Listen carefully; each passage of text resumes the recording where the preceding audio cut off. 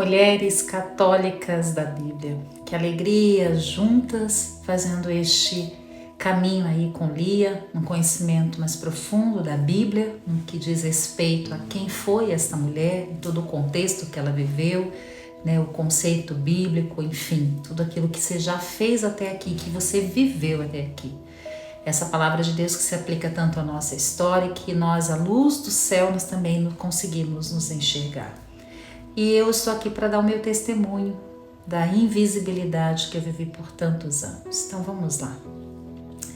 Talvez você tenha vindo, né, para o meu perfil, para esse tempo forte de formação, desta jornada com as mulheres da Bíblia, porque já me conhecia da Canção Nova, né? Uns 21 anos que eu fui missionária da comunidade, que preguei, né, na televisão, em retiros, fui missionária fora do país, mas talvez você tenha vindo aqui por alguma indicação, porque você nunca me viu e está até aqui, e está aqui até agora, graças a Deus, juntas, né, junta comigo neste caminho. E que alegria poder saber que o Senhor faz nova todas as coisas, né, que as águas elas continuam se movimentando, porque o nosso Deus é o Deus que inspira e é Ele quem chama. Então, meu nome é Cristiane Henrique, né? Eu tenho 49 anos, casada bem recentemente. Como eu falei, fui missionária da Canção Nova por 21 anos, vivi fora do país, morei em Israel 6 anos, 4 anos em Portugal, estive na África, no Brasil fui gerente da TV Canção Nova por muito tempo.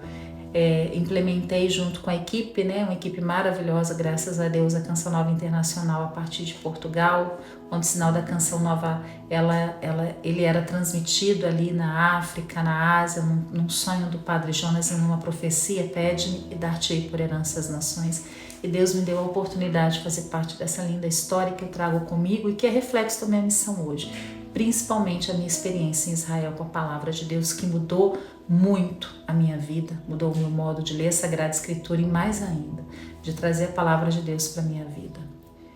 E essa invisibilidade, né, que hoje, graças a Deus, foi tão curada pela minha entrega a Deus, pela experiência, por um Deus que passou na minha vida, na minha história e mudou tudo, mas ela aconteceu muito ali na minha primeira infância, adolescência, que é um processo bem difícil, e início de juventude até quando eu fui para a Canção Nova aos 24 anos. Eu sou natural do Rio de Janeiro, cidade do Rio de Janeiro, nasci e me criei ali no Complexo da Penha, que faz parte do Complexo do Alemão, uma realidade de muita pobreza. Meu pai é alcoólatra, né? Meu pai, que eu me recordo, meu pai começou a beber, eu tinha mais ou menos uns 6 anos de idade, e isso é até hoje assim, né? Eu que prego tantos retiros, já vi tantos testemunhos de curas, de milagres, carrego essa cruz, mas entendendo que Deus também me santifica e que eu sou chamada a interceder e que os mistérios insondáveis de Deus nunca me fizeram me afastar de Deus ou desacreditar do poder e da força de Deus. Isso não acontece no meu coração. Eu continuo confiando, acreditando e acredito na eternidade, porque aqui a vida é muito breve, ela passa.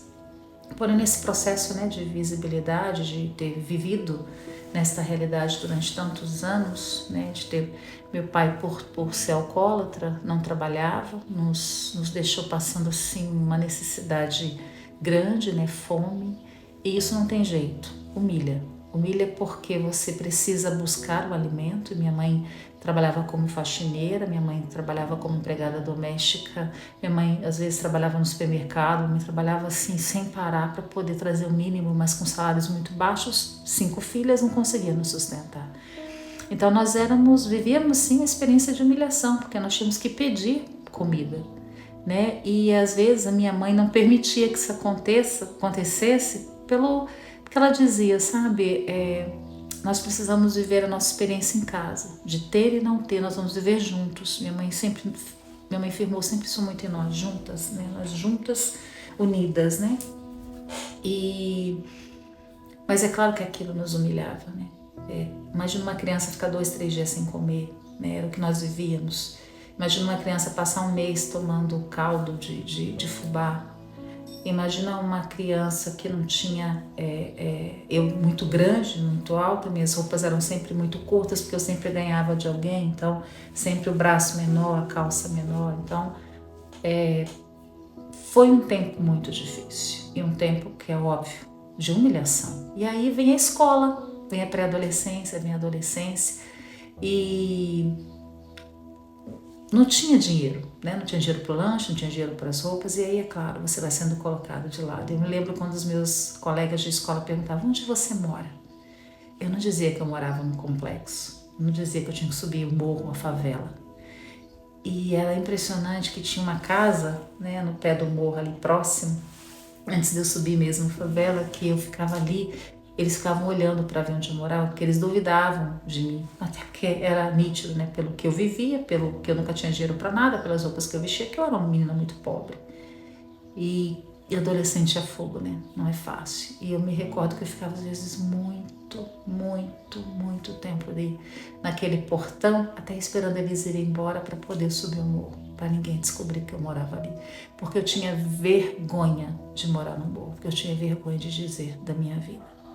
E isso permeou a minha adolescência, até que aos 16 anos eu fiz a minha primeira experiência com Jesus, no retiro no Rio de Janeiro, Maracanãzinho, Padre Jonas Abib. E ali eu me lembro que eu não conhecia Jesus, eu não tinha uma experiência com Jesus e nem conhecia Padre Jonas. Mas quando o Padre Jonas passou com o Santíssimo naquele anfiteatro, né, Maracanãzinho, que é um pouco menor que Maracanã, e a Luzia rezando, que era uma voz para mim, e o Padre Jonas começou a cantar: amor em mim, amor em ti, amor em nós, eu digo que sim. Eu caí de joelhos, eu chorei porque acho que foi a primeira vez que eu me senti amada, independente de quem eu era, do que eu tinha, do que eu podia oferecer ou do que eu não tinha para oferecer. E sem saber quem era Jesus Eucarístico, eu caí de joelhos e o Padre Jonas falava: se abrace e assuma isso, Ele me ama. E eu lembro que eu me abraçava assim, chorando compulsivamente, e eu dizia: Jesus me ama, Jesus me ama. E gente, eu fui sendo tomada por um calor no peito que foi aquecendo o meu coração, foi tomando conta do meu corpo. E eu passei 3 dias de retiro, né? Aquele retiro de carnaval, praticamente de joelhos e chorando. Eu não sabia explicar porque eu não conhecia Jesus Eucarístico, eu não sabia quem era Padre Jonas. Mas aqueles 3 dias mudaram a minha vida. Minha história foi transformada. E eu saí daquele retiro uma mulher nova, uma jovem nova. E era interessante porque eu me olhava no espelho, eu me sentia feia. Eu não tinha nunca nem namorado, achava que era incapaz de atrair alguém, atrair o olhar de alguém, porque eu não via beleza em mim, né? Porque as minhas amigas se vestiam muito bem, pintavam unha, maquiavam, arrumavam o cabelo, meu cabelo, eu detestava o meu cabelo, eu não gostava da minha pele, eu não gostava de mim. E desde aquele dia Deus foi começando um processo de cura na minha história. E eu posso dizer para vocês assim que aquela rejeição, né, que eu vivia das pessoas e de mim mesma foi sendo curada a partir daquele dia. Você pode dizer assim: Cris, foi completamente curado? Eu vou dizer para você assim, de coração, foi. Hoje eu me amo, hoje eu acho que eu sou linda. Eu sei, é óbvio, né, que eu tenho um nariz grande, né, até quando eu morava na Terra Santuária eles achavam que eu era árabe, a minha pele é uma pele mais turca, mas eu amo como Deus me criou, eu amo a minha história. Olha só a história que eu tentava esconder, eu amo a minha história. E eu quero proclamar assim na nossa vida esta verdade, que Jesus, Ele nos ama. Ele nos ama como estamos, como somos, Ele não nos rejeita. E eu quero agora, a partir dessa experiência, rezar com você.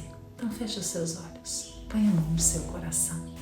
Então agora, com a mão no seu coração, né, traça sobre você o sinal da cruz. Pelo sinal da Santa Cruz, livra-nos Deus, nosso Senhor, dos nossos inimigos, em nome do Pai, do Filho e do Espírito Santo. Amém. Mesmo se não te amarão, se com amor não te olharão. Quantas de nós, Senhor, vive essa experiência ou viveu na sua história?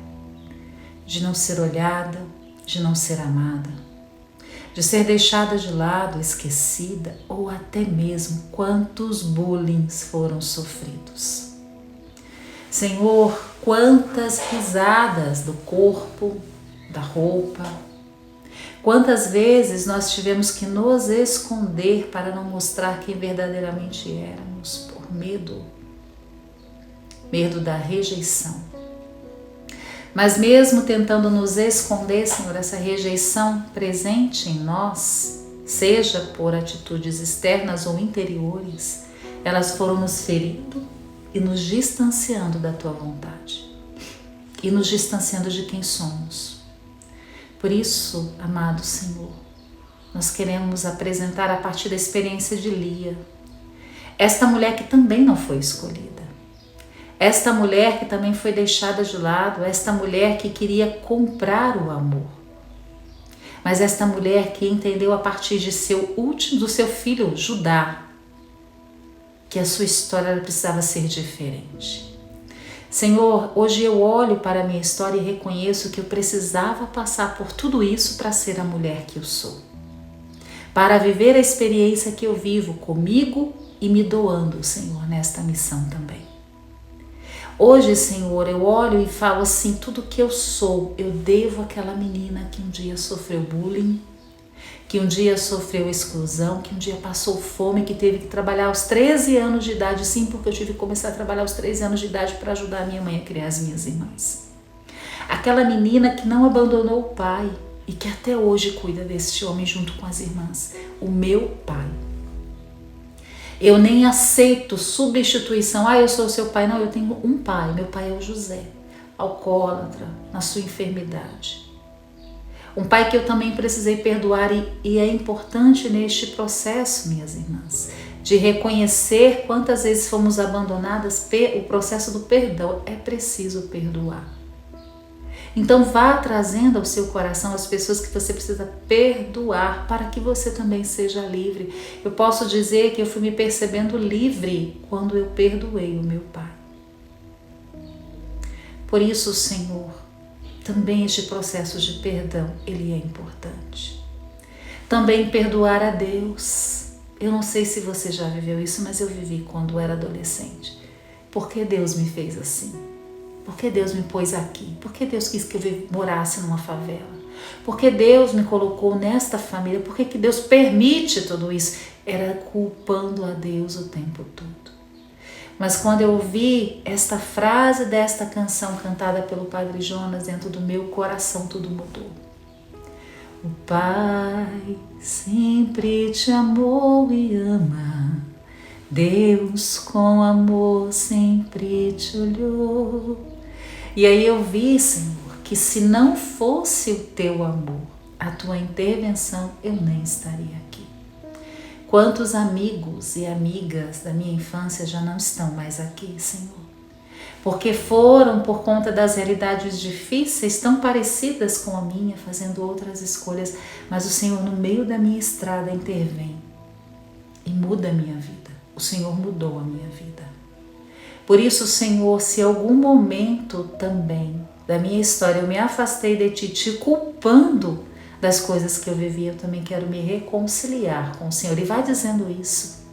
Vá se reconciliando também com Deus.